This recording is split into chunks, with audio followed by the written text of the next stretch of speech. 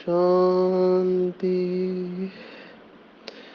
आज 21 जून 2022 भारत में मंगलवार है। Today is 21st June 2022 and it's Tuesday in Bharat.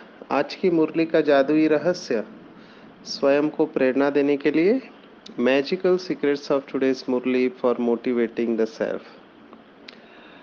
आज विशेष पूरे विश्व में अंतर्राष्ट्रीय योग दिवस है। तो कई स्थानों पर सुबह सुबह कई सारे प्रोग्राम होते हैं, 5 बजे 5:30 बजे तो योगा के लिए जाना होता है। तो कल हमारा भी यहाँ पर, इस समय मैं बीदर कर्नाटक में हूँ, तो यहाँ पर प्रोग्राम है, अर्ली मॉर्निंग जाना होगा, इसलिए एक दिन पहले ही मुरली का रहस्य भेज रहे हैं। आज की साकार मुरली में बाबा ने भक्ति मार्ग के राज रहस्य बताए हुए हैं और ज्ञान की गहराई तो होती है बाबा के मुरली में। एक प्रश्न जो हमें पूछा जाता है बहुत बार कि ये जो विशाल ड्रामा है, इसमें इतने सारे लोग इस समय पाप कर रहे हैं। जैसे मुझे पूछा गया था कि भारत में इतने टेररिस्ट अटैक कर रहे हैं, तो वो दूसरे देश में बैठकर भारत में टेररिस्ट अटैक करते हैं, तो उनको भगवान कब सजा देगा, ऐसे पूछा गया था।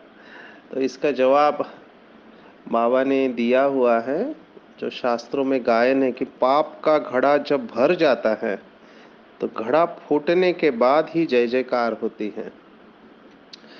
तो इसी बात को अलग अलग तरीके से कहा गया है। तो पाप का घड़ा जब तक भरता नहीं है तब तक किसी को सजा नहीं मिल सकती। शास्त्रों में जो गायन है शिशुपाल का वध, वो जब तक उसके 100 पाप नहीं होते हैं तब तक स्वदर्शन चक्र से या सुदर्शन चक्र से उसका गला कटता नहीं है, ऐसे बताया हुआ है। तो यही होता है जो प्रश्न हमको कॉमनली पूछा जाता है जब भी हम श्रीमद् भगवत गीता का सेशन लेते हैं। तो कॉमनली ये पूछते हैं कि इतने सारे अच्छे लोग हैं लेकिन उनके साथ बुरा होता है, और बुरे लोग इतने हैं उनके साथ अच्छा होता है, तो भगवान क्या कर रहा है? भगवान उनको सजा क्यों नहीं देता है, इतना पाप हो रहा है? तो उसका जवाब यही है कि हर आत्मा का प्लस और माइनस होता है, जमा भी होता है और माइनस भी होता है। तो सजा कब मिलती है? जब -100 के पार चला जाता है, तब उसका पलड़ा दूसरी तरफ झुकता है, तब तक वो प्रोटेक्टेड रहेगा। उनके द्वारा कुछ अच्छे कर्म भी हुए रहते हैं जिसकी वजह से वो बचे रहते हैं। तो पाप का घड़ा अभी सबका भरा हुआ है और ये घड़ा अभी जल्दी फूटने वाला है।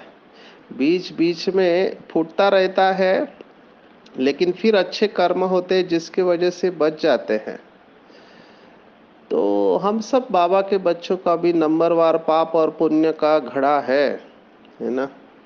पाप और पुण्य की गठरी भी कहते भक्ति मार्ग में। तो उस अनुसार हमको सजा या वरदान मिलता रहता है।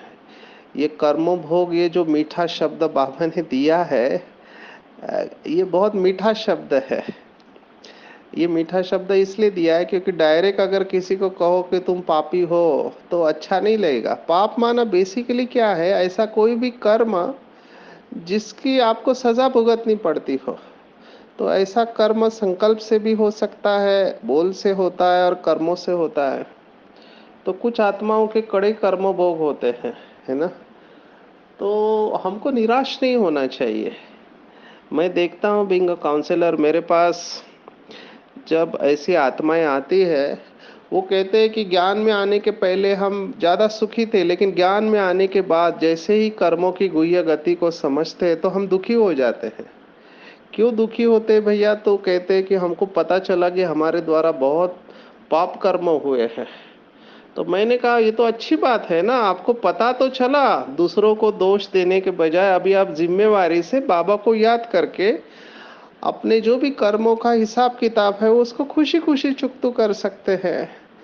तो कहते हैं कि नहीं भाई साहब, हम कोशिश बहुत करते हैं लेकिन फिर भी कोई ना कोई पेपर आता रहता है जिसमें हम फेल हो जाते हैं। अभी बाबा ने इसी बात को कहा है कि कुछ बच्चे, बाबा के सभी नहीं, जैसे बाबा ने बात कही कि कुत्ता निकाला तो बिल्ली आ जाती है, बिल्ली निकाला तो चूहा आता रहता है, तो कुछ आत्माओं के जीवन में निरंतर कुछ ना कुछ पेपर चलते ही रहते हैं। और कुछ आत्माओं को देखा जाए तो बहुत इजी सेल होता है। तो ये फर्क है कर्मों के ऊपर, पर इसमें हमको ये करना चाहिए कि हमारा एटीट्यूड, दृष्टिकोण हमेशा सकारात्मक रखना चाहिए। सकारात्मक दृष्टिकोण रखेंगे तो वो जो पेपर हमारे जीवन में आते हैं ड्रामा प्लान अनुसार, जिसको प्रारब्ध कहा हुआ है, वो व्यक्ति के रूप में आते हैं, बीमारी के रूप में आते हैं, या प्रकृति से आते हैं, या इविल सोल, जो भी पेपर आते हैं हम उसमें स्टेबल रह के उसके ऊपर विजय प्राप्त करना है। तो विजय प्राप्त करना, जैसे कल की मुरली में कहा था ना कि मैं कल्प कल्प की विजयी रतन आत्मा हूं, इस स्मृति को बहुत पक्का करना है। 3 स्मृतियां है जो मुझे पर्सनली बहुत शक्ति देती है। एक कि मैं विघ्न विनाशक आत्मा हूँ, नंबर 2 मैं मास्टर सर्वशक्तिवान हूँ, और नंबर 3 सफलता मेरा ईश्वरीय जन्म सिद्ध अधिकार है। ये 3 स्मृतियों को आप अगर पक्का कर देंगे माना जिसकी धुन चलती रहे, ये ऑटो पायलट मोड में चले जाए, सब कॉन्शियस में इसको रिप्लेस कर दे पूरा, इतना पक्का हो जाए कि माया भी आने से पहले 100 बार सोचे कि इसके पास जाओ कि नहीं जाओ, ये तो विजयी रतन है। तो माया हार खिलाने के लिए नहीं आएगी ऐसे आत्माओं के सामने, लेकिन हार पहनाने के लिए आएगी। तो हिम्मत नहीं हारना है। अगर हमारे जीवन में ऐसे पेपर आते हैं, बाबा ने तो एक मुरली में कहा था कि काले काले बादल आएंगे, ब्राह्मण जीवन को हिलाने वाली परिस्थिति आएगी, उसमें भी हमको पास होके दिखाना है। तो इसके लिए बहुत अटेंशन रखना है, इन स्वमान का अभ्यास करना है। पेपर तो आने हैं, जब भगवान कह रहा है कि अंतिम अंतिम समय तक माया किसी न किसी रूप में रुस्तम होके लड़ेगी। जितना हम रुस्तम होंगे उतनी माया भी रुस्तम होंगे। जैसे बाबा ने कहा ना, जैसे आप आगे बढ़ोगे तो सूक्ष्म अभिमान आएगा। सूक्ष्म अभिमान क्या है कि मैं बहुत अच्छा योगी हूँ, मैं बहुत अच्छा ज्ञानी हूँ, मैं बहुत अच्छा सेवादारी हूँ, मेरी जैसी सेवा कोई कर नहीं सकता, मेरी बुद्धि अच्छी डिसीजन देते हैं, ये सूक्ष्म में अभिमान आ सकता है। तो बाबा ने कहा इससे बहुत अलर्ट रहना चाहिए, क्योंकि अच्छे अच्छे ज्ञानी तो आत्माएं इसमें जा सकते हैं, उनके ऊपर माया का वार हो सकता है। तो बहुत अलर्ट रहना है। इसके लिए बाबा ने 69 में ही मुरलियाँ चलाई थी कि जैसे आपकी साधना बढ़ेगी तो माया का रूप भी बदल जाएगा, लोग आपकी महिमा करेंगे। और बाबा ने मुरली चलाई थी कि अगर आपने सूक्ष्म में भी महिमा को स्वीकार किया तो अपमान भी स्वीकार करना पड़ेगा। अंग्रेजी में हम कहते हैं if you live by the compliments you will die by the criticism. तो महिमा अंदर से स्वीकार नहीं करनी है। और ये सत्य है कि हमको सबको, जैसे हम सेवा में आगे बढ़ते हैं तो ये स्पष्ट अनुभव होता है कि हम कुछ नहीं कर रहे, कराने वाला करा रहा है। ये सब बाबा की शक्तियाँ, बाबा का वरदान, बाबा स्वयं करण करावनहार बनकर हम बच्चों को निमित्त बनाकर ये सेवा करा रहा है, ये स्पष्ट अनुभव होता है। तो जितना हो सके हमको नम्रता का गुण धारण करना है, क्योंकि जैसे आगे बढ़ते हैं तो 2 बातें होती है। आज ही मैंने एक स्टोरी सुनी कि वो पहाड़ पे रहने वाले लोग बहुत होशियार होते हैं। उनको जब पहाड़ पे चलना होता है तो जब चढ़ना होता है तो उनको झुक के चलना होता है। जब झुकेंगे तभी आप चढ़ पाएंगे, और जब उतरना होता है तो सिर पीछे लाके सीधा रहना होता है, तभी आप पहाड़ से उतर पाएंगे। तो उन्होंने कहा अगर आप ज़्यादा अकड़ कर चलोगे तो उतरना ही होगा, और अगर चढ़ना है, ऊपर ऊंचाई तक जाना है, ऊंची अवस्था को पाना है, तो बहुत झुक कर चलना पड़ेगा। और हिंदी में कहते हैं कि जो झुकता है वो दूसरों को झुकाता है। देखो, जापान एक ऐसा देश है, वहाँ पे ग्रीटिंग जो देते हैं, जैसे भारत में नमस्कार कहते हैं, है ना। तो भारत में नमस्कार कहते हैं या कई जगह पे राम राम कहते हैं, पर जापान में देखो कमर से झुकते हैं जब किसी से मिलते हैं। तो ये झुकना बहुत इम्पोर्टेंट है। बाबा ने कहा है कि अगर आप ऐसे झुकते हो तो जन्म जन्मांतर के लिए उस आत्मा को आप झुकाते हो। संगम युग पर झुकना कमजोरी की निशानी नहीं है। कुछ लोग झुकने को कमजोर समझते हैं। तो कहने का भाव ये है कि हमारे सामने हमारे कर्मों के अनुसार पेपर आएंगे, पाप का घड़ा हर एक का फूटेगा, लेकिन उसी वक्त जय जयकार होगी। जैसे देखो, मम्मा बाबा के सामने भी बहुत सारे पेपर आए, है ना। क्यों पेपर आए? क्योंकि इन आत्माओं ने पूरा हीरो पार्ट प्ले किया है ना। बहुत आत्माओं के साथ इनके हिसाब किताब रहे हैं। कल ही मुझे किसी आत्मा ने पूछा कि गुलजार दादी बचपन से ज्ञान में थी, तो उनको इतनी सारी तकलीफ क्यों, बीमारियां? डॉक्टर ने पूछा कॉन्फ्रेंस में। मम्मा कुमारी आई थी, इन्होंने कोई पाप कर्म नहीं किया, तो इनको कैंसर वगैरह जैसी बीमारी क्यों हुई? तो ये बहुत क्लियर है कि ये इस जन्म का नहीं है, ये पिछले जन्मों की बात है, हिसाब किताब है। पर इन्होंने in spite of all this papers, ये सब पेपर होने के बावजूद भी एक बल एक भरोसा अपने योग की शक्ति के आधार पर इसमें नंबर ले लिए। मम्मा की खास याद चल रही है, जून मास है और मम्मा का स्मृति दिवस अभी 3 दिन पर ही आने वाला है। तो आपको मम्मा के फोटो देखने चाहिए, स्पेशली वो फोटो जब मम्मा मुंबई के हॉस्पिटल में एडमिट थी, जसलोक हॉस्पिटल में। मम्मा का ऑपरेशन, आप सोचो, कैंसर का, तो प्राइवेट रूम में थे आप। वो मम्मा का फोटो देखो, चेहरे से आपको पता ही नहीं चलेगा मम्मा बीमार है करके, एकदम चेहरा प्रसन्न। जो देवताओं का गायन है, प्रसन्न चित्त। तो हुआ भी ऐसे, जब डॉक्टर राउंड लेने आया तो 2 बेड थे, एक बेड पे ब्राह्मणी बैठी थी, एक बेड पे मम्मा बैठी थी। तो डॉक्टर डायरेक्ट गया ब्राह्मणी के पास पूछने के लिए कि कैसे है तुम्हारी तबीयत। तो ब्राह्मणी को कहना पड़ा पेशेंट मैं नहीं, उधर बैठा है।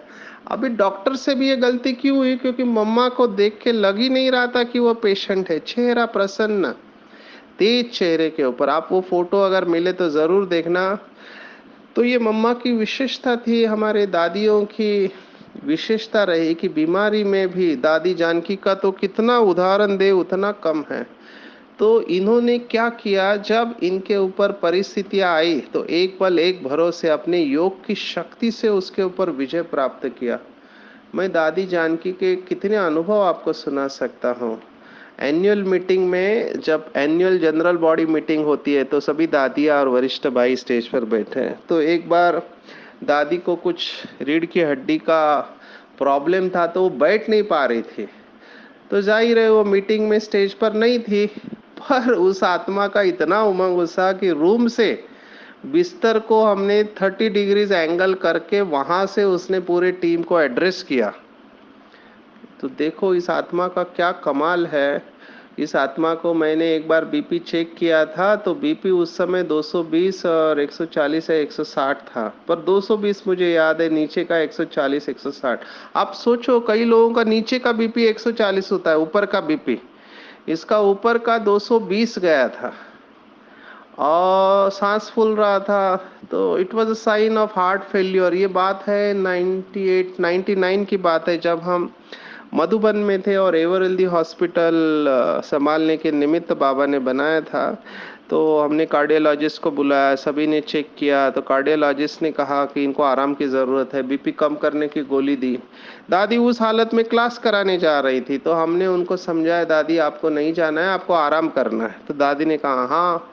हम आ गए हॉस्पिटल में। तो हमने क्या देखा, 1 घंटे के बाद दादी स्टेज पर क्लास करा रही है।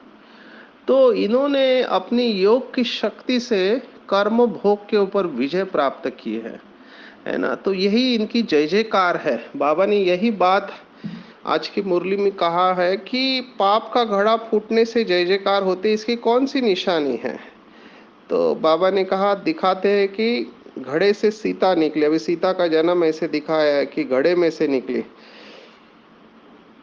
तो इसका राज ये बाबा ने बताया कि जब पूरे विश्व का पाप का घड़ा फूट जाएगा तब राधे और सीता इस धरती पर आएंगे, माना सतयुग और त्रेता युग आ जाएगा, तब तक नहीं आएगा। तो उसके लिए पाप का घड़ा अभी फूटने ही वाला है, ऐसे हमको लग रहा है, स्पष्ट यह अनुभव हो रहा है।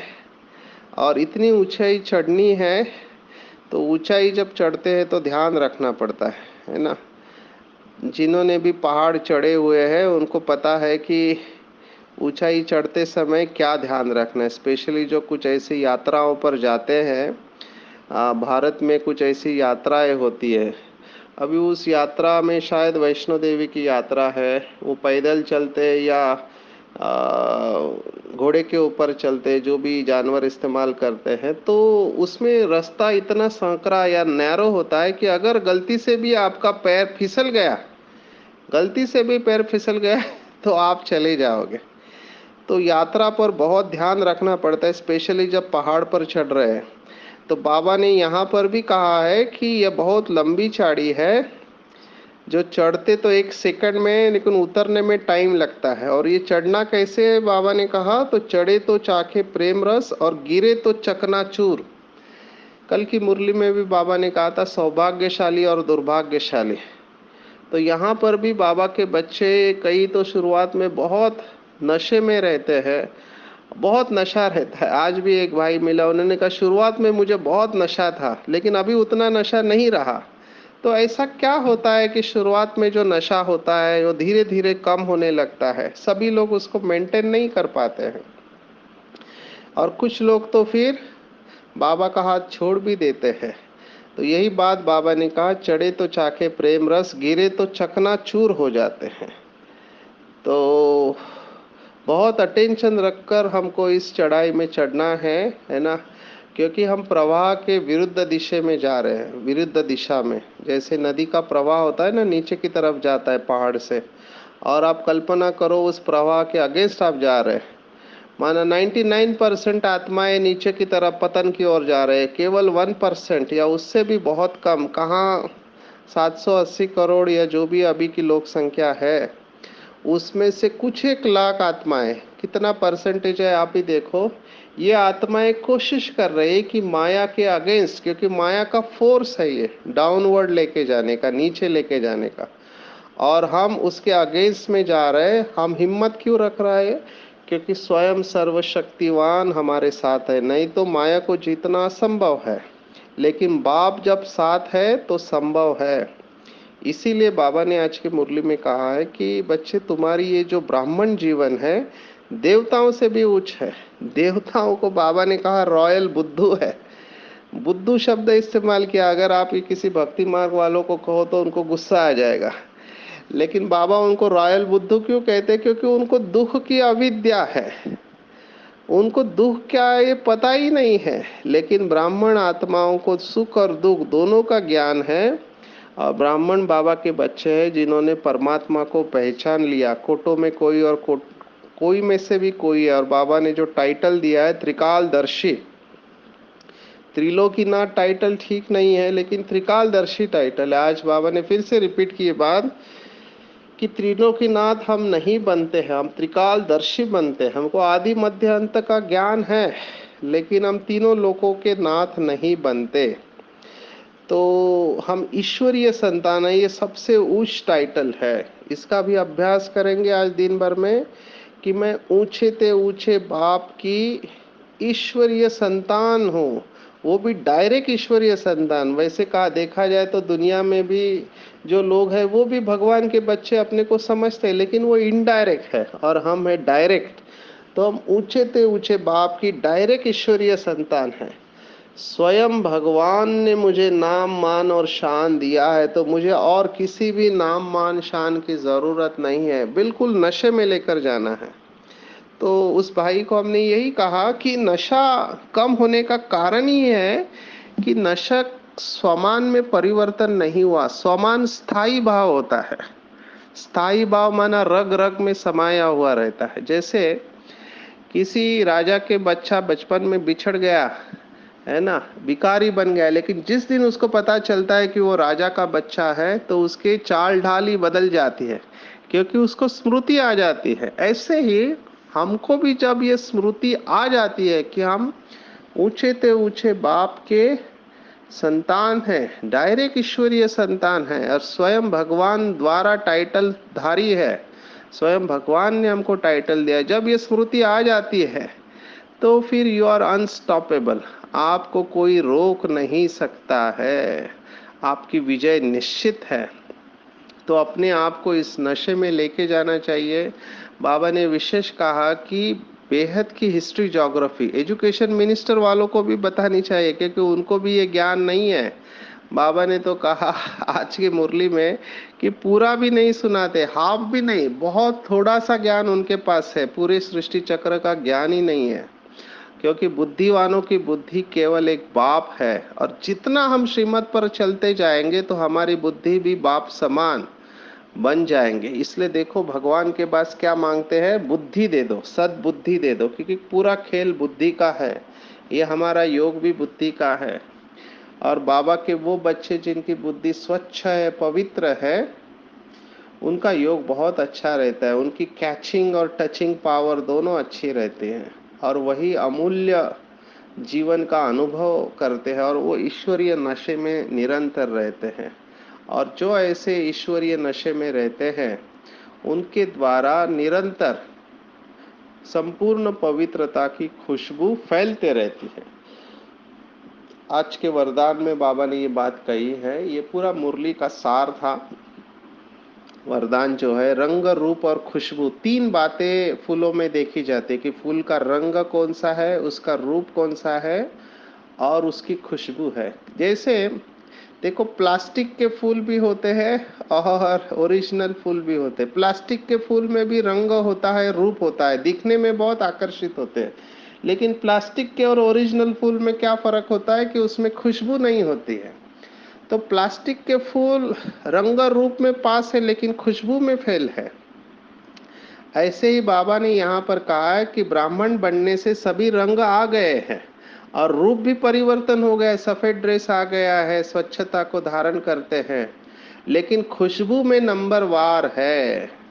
कई फूल भी होते हैं, वो दिखने में बहुत आकर्षित होते हैं, कलरफुल होते हैं, लेकिन उनके अंदर खुशबू नहीं होती है। तो आकर्षण मूर्त बनने के लिए बाबा ने कहा रंग रूप के साथ में पवित्रता की खुशबू चाहिए, वो भी संपूर्ण पवित्रता। पवित्रता अर्थात ब्रह्मचारी नहीं, लेकिन चार बातें बाबा ने आज कही है, चारों ही बातों में संपूर्ण पवित्र चाहिए। नंबर वन, मन कहाँ लगाओ, केवल एक बाप में, तन से ब्रह्मचारी, संबंध में भी ब्रह्मचारी, और संस्कारों में भी ब्रह्मचारी। इन चारों ही बातों में ब्रह्मचारी चाहिए। ब्रह्मचारी माना ब्रह्मचारी। तो चेक करना चाहिए, क्या मैं तन से ब्रह्मचारी हूँ? जो दुनिया में भी बहुत लोग रहते हैं तन से ब्रह्मचारी, विकार में नहीं जाते हैं। नंबर टू, जो टफ है, मन से ब्रह्मचारी, मन केवल एक शिव बाबा के सिवा और कहीं नहीं जाए। तो मन कहाँ कहाँ भागता है ना, मन किसी देहदार की तरफ भागता तो नहीं है, देहदारी को आकर्षित तो नहीं करता है, तो फिर वो मन से ब्रह्मचारी नहीं हुए। संबंध, संबंध में भी ब्रह्मचारी, तो चेक करना चाहिए कोई संबंध तो हमको आकर्षित नहीं करता है। अलग अलग प्रकार के संबंध है, उसमें से कौन सा संबंध हमको प्रभावित करता है? माँ बाप, भाई बहन, पति पत्नी, बच्चे, दोस्त, रिश्तेदार, काका चाचा मामा, जो भी है, क्या संबंध में भी हम ब्रह्मचारी है? और संस्कारों में भी ब्रह्मचारी। संस्कार हमें परेशान नहीं करे। पुराने संस्कार, रावण के संस्कार हमारे अंदर है, तो उसमें भी संपूर्ण पवित्रता। ऐसे आत्माओं से ही निरंतर खुशबू निकलेगी। और बाबा ने उनको रूहानी गुलाब कहाँ है। और ऐसी आत्माएं स्पष्ट अनुभव होती है। अगर हमारे अंदर ऐसी संपूर्ण पवित्रता है तो वो पवित्रता की खुशबू महसूस करेंगे लोग। आप चाहो नहीं चाहो, आपके संबंध संपर्क में आते ही लोगों को ये महसूस होगा कि ये पवित्रता की खुशबू वाले रूहानी गुलाब है, जिसको बाबा रूहे गुलाब कहता है। मैं ये समान का बहुत अभ्यास करता हूँ, मुझे बहुत अच्छा लगता है, विजन बहुत अच्छा आता है मेरे सामने कि मैं भगवान के बगीचे का खुशबूदार फूल हूँ। जैसे अल्लाह का बगीचा कहा हुआ है ना, तो अल्लाह के बगीचे का गायन है, तो भगवान के बगीचे का खुशबूदार फूल हो और मेरे द्वारा निरंतर ज्ञान गुण और शक्तियों की खुशबू चारों तरफ प्रवाहित हो रही है, फैल रही है। तो इस स्वमान का आज दिन भर अभ्यास करेंगे, रिपीट करते हैं। बहुत इंपॉर्टेंट है कि मैं भगवान के बगीचे का खुशबूदार फूल हूँ और मेरे द्वारा परमात्मा के ज्ञान गुण और शक्तियों की खुशबू चारों तरफ निरंतर प्रवाहित हो रही है। तो प्रैक्टिस करेंगे, इसके ऊपर अटेंशन रखेंगे कि आज जो भी हमारे संबंध संपर्क में आए उनको ये खुशबू महसूस हो, मुझे भी स्वयं को फील हो कि मेरे द्वारा ये रूहानियत की खुशबू फैल रही है और अन्य आत्माओं को भी यह अनुभव हो। जैसे बाबा कहता है ना, वो लोग कहते हैं सर्वव्यापी है, तो हम क्या कहते हैं उनको, अगर भगवान सर्वव्यापी है तो उसका ज्ञान गुण शक्तियाँ महसूस होनी चाहिए। नहीं होती है इसका मतलब वो सर्वव्यापी नहीं है, वो अवतरित होता है, उसका दिव्य जन्म है। ऐसे ही हम जब कहते हैं कि हम शिव बाबा के साथ कंबाइंड है, जुड़े हुए हैं, तो हमारे द्वारा अन्य आत्माओं को बाबा के ये ज्ञान गुण और शक्तियाँ महसूस होनी चाहिए, महसूस होनी चाहिए। नहीं तो मियाँ मिट्ठू समझ लेना चाहिए। मियाँ मिट्ठू बनते हैं कि मैं तो बहुत अच्छा हूँ, दुनिया मुझे नहीं समझती। ऐसा हो नहीं सकता है। बाबा ने स्पष्ट एक मुरली में कहा था कि हीरा अगर मिट्टी में भी पड़ा है तो चमकेगा जरूर, लेकिन कोई अगर समझता है कि वो हीरा है लेकिन लोग नहीं पहचानते, तो समझने का अभी तक हम हीरे बने नहीं है, अभी तक हमारी पॉलिश होनी बाकी है। तो ऐसे भगवान के बगीचे के खुशबूदार फूल ही आकर्षण मूर्त है। और ऐसी आत्माओं की बुद्धि इतनी स्वच्छ होगी, इतनी पवित्र होगी कि वो सत्य और असत्य के भेद को पहचान लेंगे। और जिसकी बुद्धि, जिसका विवेक इतना श्रेष्ठ है, पवित्र है, वो हमेशा सुख का अनुभव करेगा। कौन सा सुख? साधारण सुख नहीं, अतीन्द्रिय सुख का अनुभव करेगा, क्योंकि उसको हर कदम में, हर क्षण में पता चलेगा कि ये विनाशी सुख है और ये अविनाशी सुख है। तो ऑटोमेटिकली जो सुख गिराने वाला है, विनाशी सुख है, शरीर और मन को कमजोर करता है, उससे वो ऑटोमेटिकली डिटैच हो जाएंगे। लेकिन इसके लिए परखने की शक्ति बहुत अच्छी चाहिए और उसके लिए बुद्धि का स्वच्छ होना भी बहुत जरूरी है। तो यथार्थ सत्य को परख लेंगे तब हमको पता चलेगा कि अतीन्द्रिय सुख का अनुभव क्या होता है। तो आज के पूरी मुरली का फ्लो अगर आप देखेंगे तो हम देवताओं से भी ऊंच है, पूरा नशे में अपने को लेके जाओ कि मैं देवताओं से भी ऊंच ब्राह्मण कुल भूषण हूँ, ईश्वरीय संतान हूँ। और जो 3 सोमान बताए उसका विशेष अभ्यास करना है। मैं मास्टर सर्वशक्तिवान हूँ, सफलता मेरा ईश्वरीय जन्म सिद्ध अधिकार है और मैं कल्प कल्प की विजयी रतन आत्मा हूँ। इसके साथ आप विघ्न विनाशक का सोमान भी ले सकते हैं। इन सोमान को अगर अच्छी तरह से अभ्यास करेंगे तो अनुभव ये कहता है कि आप बहुत सहज ही, बहुत सहज योगी, सहज ज्ञानी, और अनुभव होगा कि हमारा पद बहुत ऊंचा है और हमारे द्वारा अन्य आत्माओं को भी परमात्मा के ज्ञान गुण और शक्तियों की खुशबू मिलते रहेगी। आज 21 जून 2022, आज की मुरली के ऊपर मेडिटेशन। अपने आप को बिल्कुल हल्का छोड़ देंगे। सिर से लेकर पाँव के अंगूठे तक संपूर्ण शरीर बिल्कुल हल्का, रिलैक्स। ध्यान अपने आप दो आंखों के बीच में बहुत काल का अभ्यास होने के कारण अपने आप मन और बुद्धि इस शरीर से डिटैच हो रहे हैं। स्वयं को अनुभव करेंगे एक दिव्य चेतना, दिव्य ज्योति इस शरीर रूपी मंदिर में विराजमान है। सर्वशक्तिवान पतित पावन शिव बाबा से पवित्रता की पावरफुल किरणें मेरे अंदर प्रवेश कर रही है। मेरे अंदर परमात्मा की सर्व शक्तियां समाते जा रही है। मैं महसूस कर रही हूँ कि मैं परम पवित्र आत्मा हूँ। मेरे रोम रोम से पवित्रता की खुशबू प्रवाहित हो रही है। मैं देवताओं से भी श्रेष्ठ ब्राह्मण कुल भूषण हूँ, डायरेक्ट ईश्वरीय संतान हूँ, स्वयं परमात्मा द्वारा टाइटल धारी हूँ। कोटों में कोई और कोई में भी कोई आत्मा हूँ। मैं स्वयं को पद्मा पदम भाग्यशाली अनुभव कर रही हूँ, क्योंकि स्वयं भगवान ने मुझे निमित्त बनाया है।